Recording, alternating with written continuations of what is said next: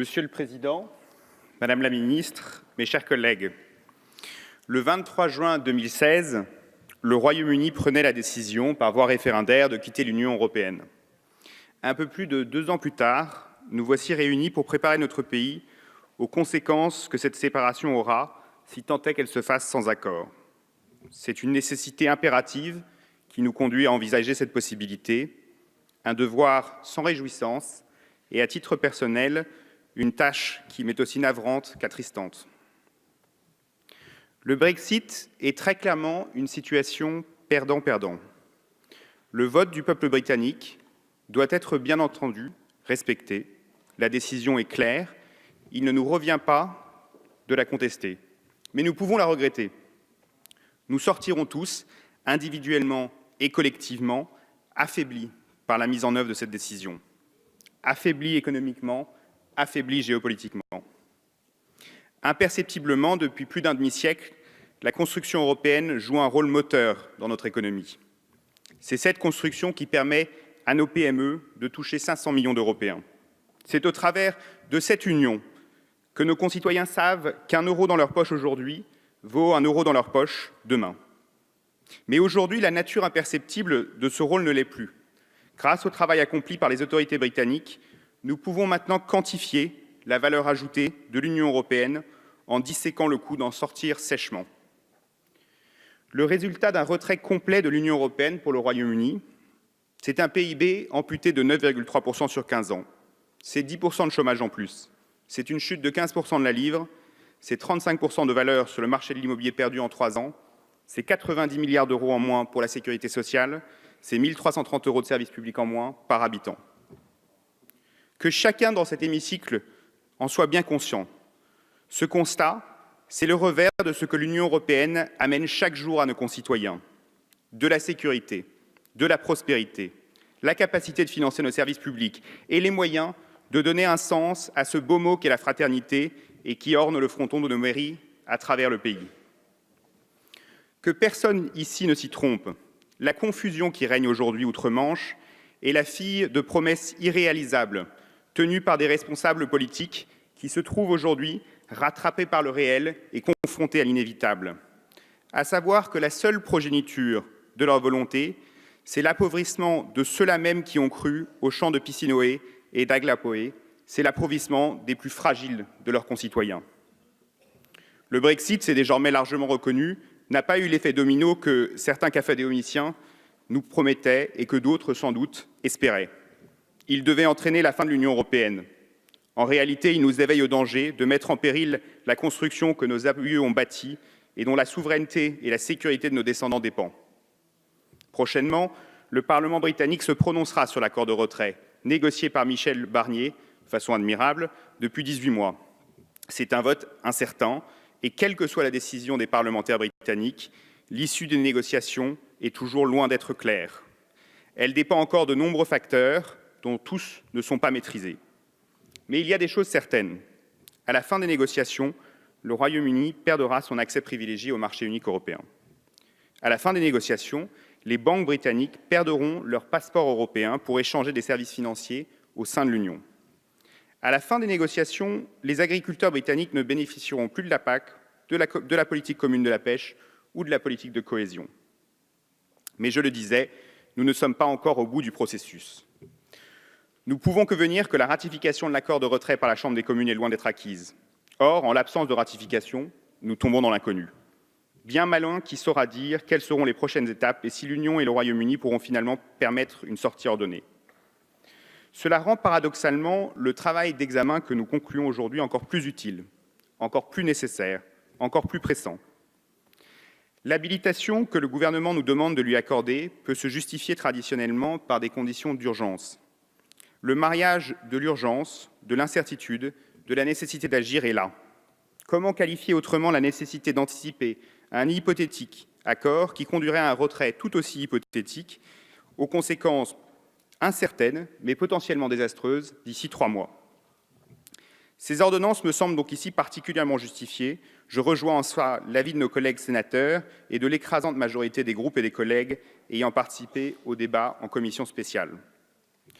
Nous sommes d'ailleurs loin d'être le seul les seuls dans cette situation. Les Pays-Bas, l'Allemagne, la Belgique, pour ne citer qu'eux, prennent des dispositions d'urgence comparables aux nôtres. La Commission européenne a elle-même annoncé il y a peu les modalités de son plan d'urgence en cas de sortie sans accord. Dans les matières qui concernent les compétences nationales, nous devons travailler de concert avec nos partenaires.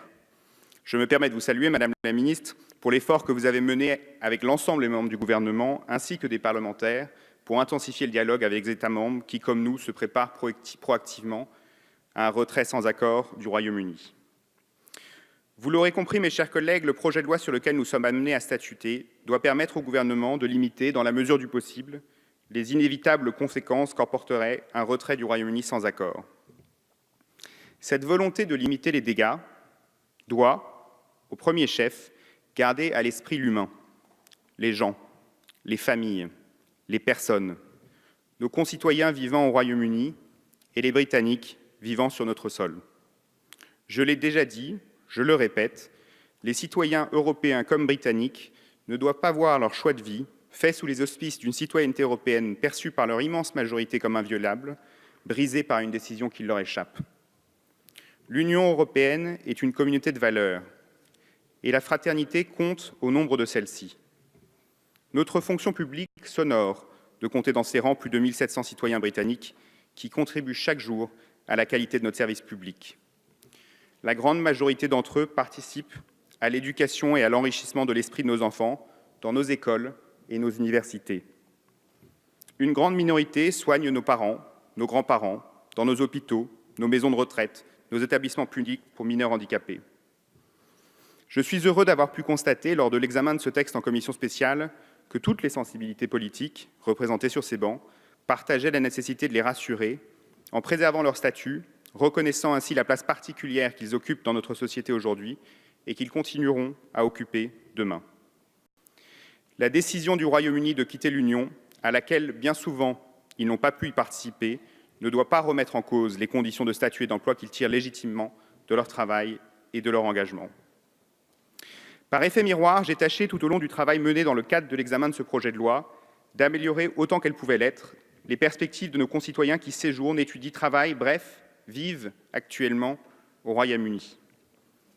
Je connais l'angoisse qui les anime depuis le 23 juin 2016, celle de voir la vie qu'ils ont construite lacérée par la signature trop hâtive d'un stylo plume acéré qui perdrait de vue que des femmes, des enfants, des hommes sont le cœur des questions qui doivent nous occuper.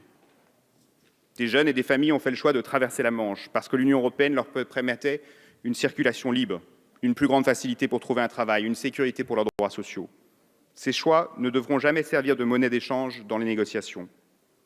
Mais force est de reconnaître que bien souvent, et sans mesure unilatérale, ce seront les premières victimes d'un retrait sans accord. Je tiens donc, Madame la Ministre, à vous remercier tout particulièrement d'avoir étendu en commission de 6 mois la période qui sera prise en compte pour les calculs des droits sociaux, des périodes d'assurance, d'activité ou de formation professionnelle, après la date de cet éventuel accord sans retrait. Il faut permettre à nos concitoyens de se retourner et de mener les démarches adéquates s'ils devaient décider de retourner en France, parfois malgré eux. Celles-ci doivent être simples pour être effectives et nous veillerons attentivement à ce que les intéressés soient pleinement conscients des droits qu'ils ont. Ces ordonnances permettront également, qu'il y ait un accord ou non, de poursuivre la circulation des personnes et les échanges de marchandises par ce cordon vital qu'est le tunnel sous la Manche. Le tunnel, c'est un poumon économique pour la région des Hauts-de-France, cher au cœur des membres de cette commission. Là encore, nous sommes tous d'accord. Les questions pour l'exploitation du tunnel, la reconnaissance professionnelle, les licences d'autorisation pour l'exploitation du tunnel sont absolument indispensables. Aucun dysfonctionnement ne peut être toléré pour le bien de nos concitoyens et de nos entreprises. Le tunnel, c'est aussi l'artère qui lie le continent aux îles britanniques et une question de dimension européenne autant que française. À ce titre, il me semble essentiel que les autorités européennes jouent un rôle actif pour assurer son bon fonctionnement, que ce soit au travers de dérogations ou de financements d'exception. Mes chers collègues, permettez-moi enfin de me réjouir des conditions dans lesquelles ce projet de loi a été adopté par la commission spéciale la semaine dernière. Au fil d'un dialogue constructif, nous avons fait progresser ce texte qui fixe des objectifs précis au gouvernement pour la protection de nos concitoyens. Je pense que nous avons fait preuve, là, de responsabilité collective. Il est de notre rôle, du rôle de l'Assemblée nationale, que de contrôler l'ensemble de l'action du gouvernement et de trouver des solutions communes pour faire face à ce qui pourrait être l'un des plus grands bouleversements géopolitiques de ces dernières années. Pour toutes ces initiatives, ces discussions et ce sens de la responsabilité, je vous remercie.